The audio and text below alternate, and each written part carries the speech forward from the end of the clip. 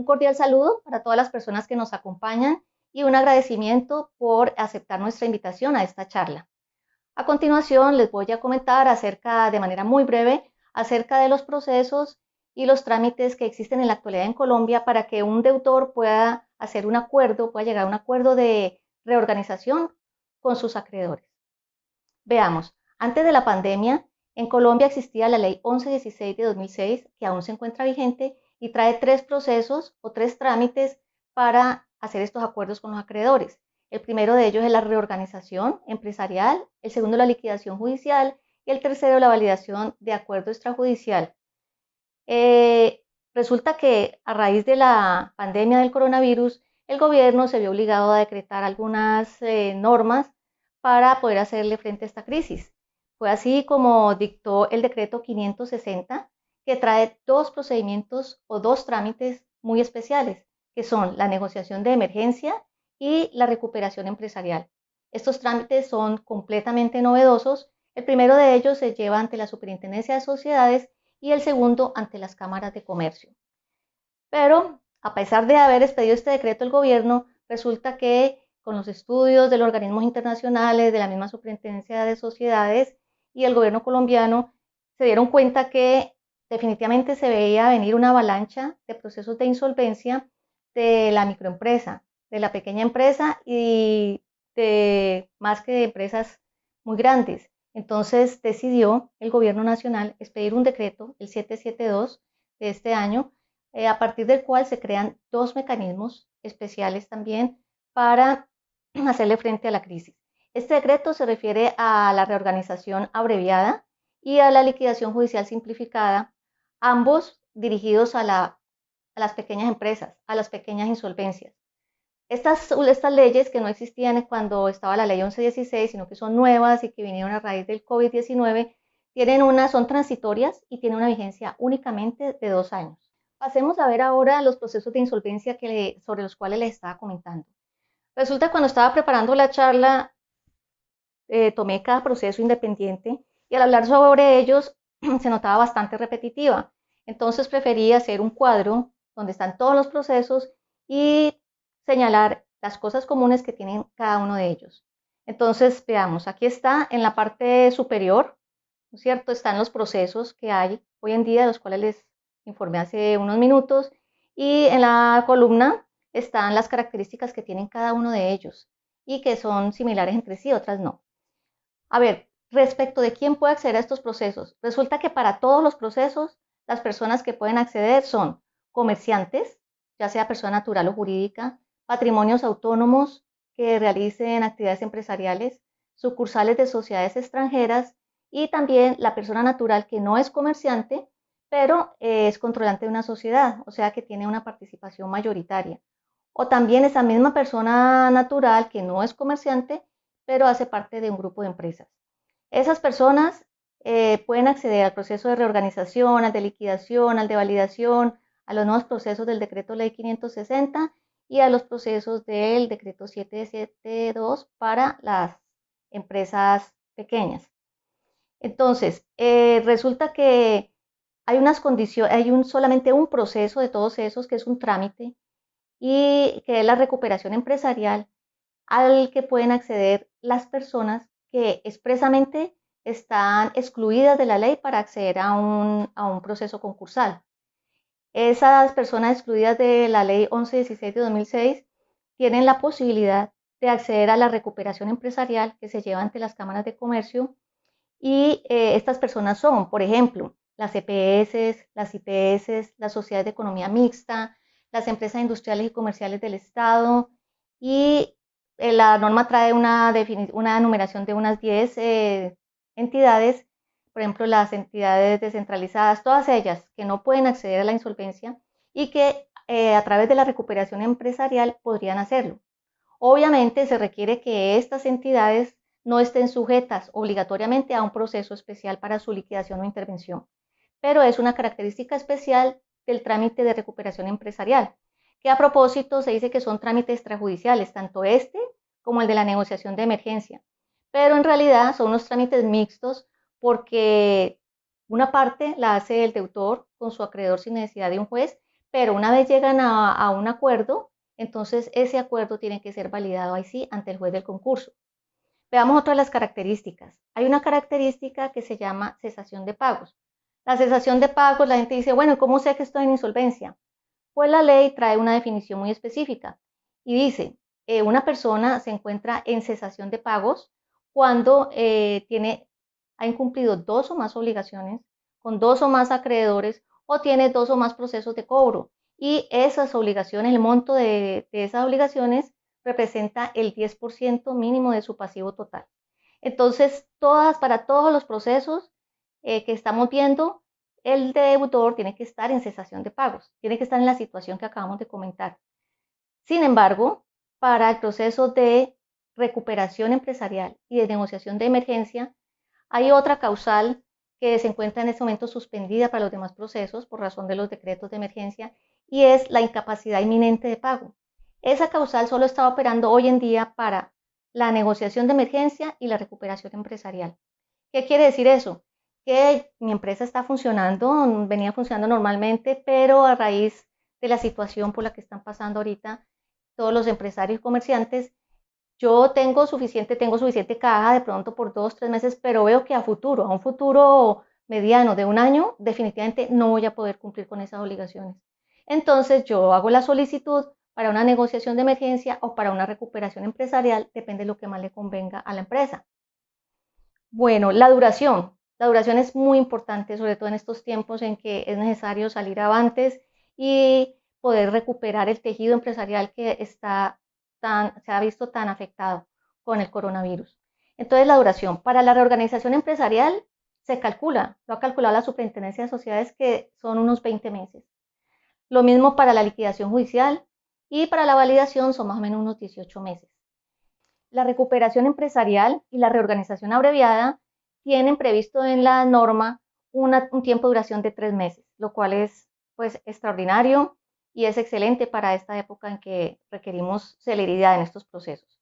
En cuanto a la reorganización abreviada y la liquidación simplificada, la norma establece que tienen una duración de 8 meses, lo cual es muy bueno también frente a los 20 meses que traíamos en la ley 1116. Ahora, para los deudores es muy importante cuando van a tomar uno de estos caminos, decir, bueno, ¿y qué pasa con los embargos, si es que traen algunos embargos de atrás?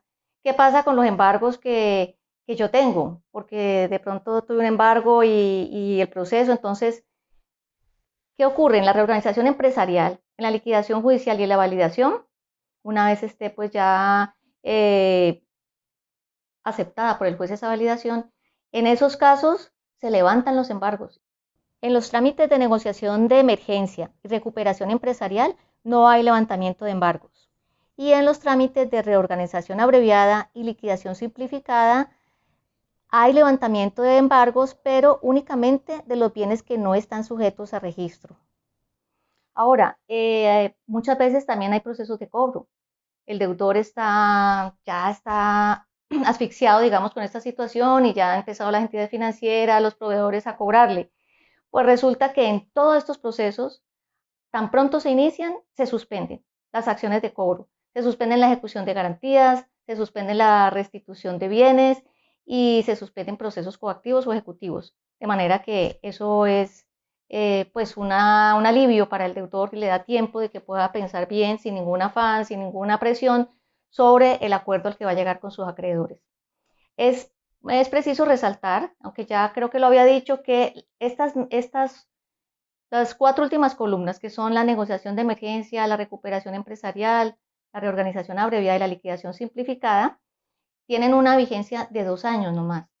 Entonces, pues hay que aprovechar estos procedimientos. Seguramente el gobierno terminará prorrogando la vigencia, no sabemos. Estamos frente a una situación inédita que es incierta completamente y no sabemos qué vaya a pasar en el futuro, pero por lo menos están las herramientas para seguir adelante y para que los empresarios puedan recuperarse.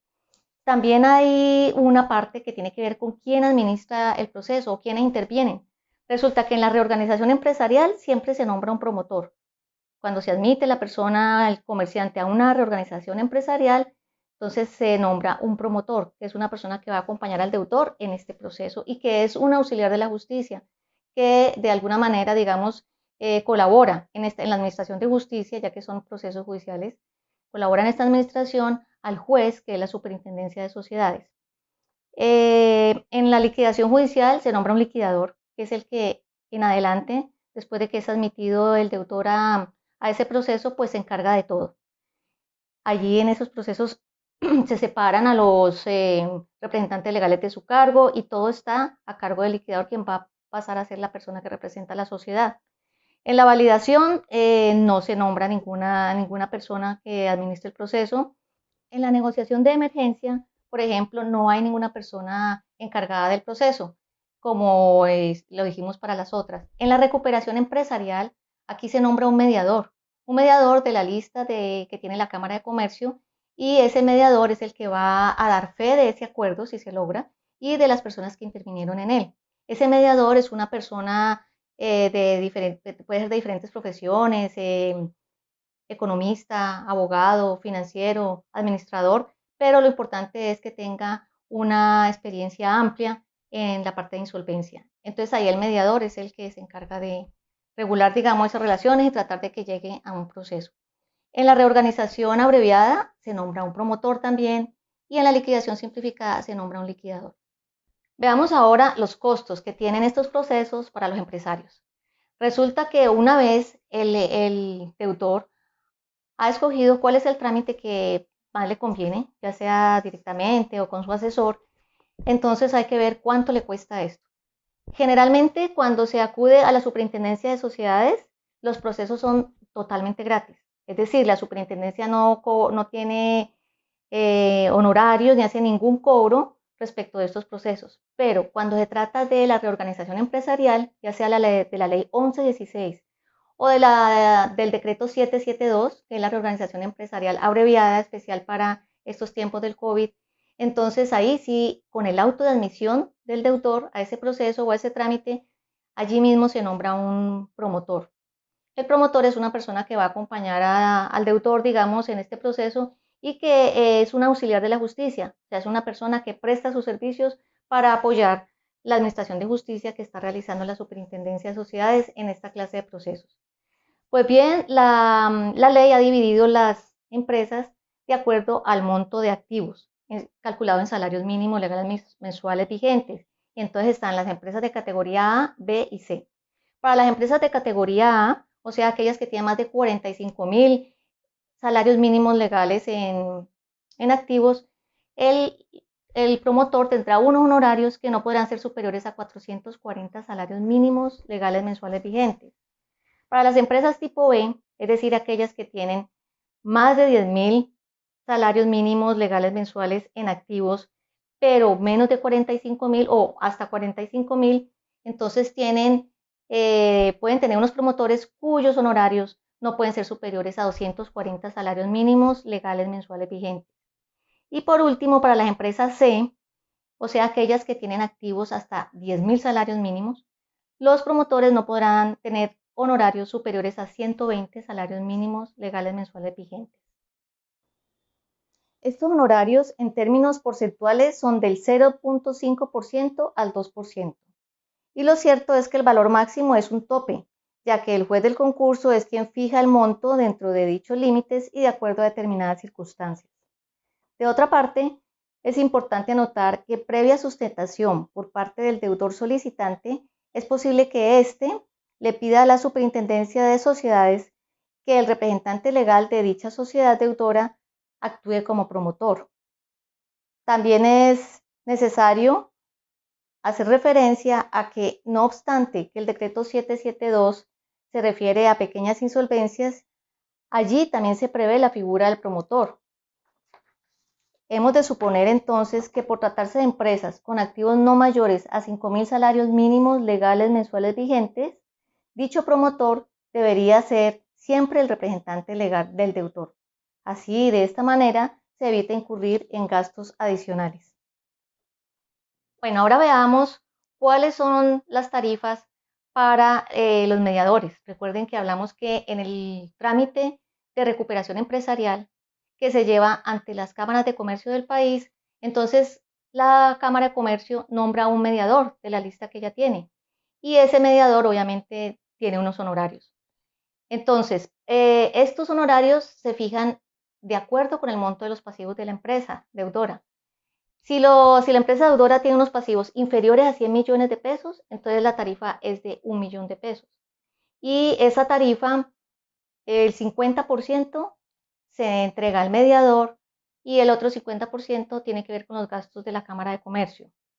Ahora, si el monto de los pasivos es de más de 100 millones hasta 15.000 millones, entonces la tarifa es del 1%. Igual, se divide 50% para la Cámara de Comercio y 50% para el mediador. Y por último, si el monto de los pasivos de la empresa deudora es mayor de 15.000 millones, entonces los honorarios son unos honorarios fijos, la tarifa es fija y es de 150 millones de pesos, que igual se reparten 50 para la Cámara y 50% para el mediador. Por último, quiero hacerles énfasis en que los decretos 560 y 772, que hablan de estos procedimientos especiales y de los procedimientos para pequeñas insolvencias, salieron a la luz, digamos, fueron expedidos por el gobierno debido a la situación tan grave que estamos afrontando por la pandemia. Y estos decretos tienen una duración únicamente de 2 años. Entonces, amigos empresarios, tenemos que salir adelante y hay que hacer uso de estas normas y de estas vías que el gobierno ha diseñado. Muchísimas gracias por su atención.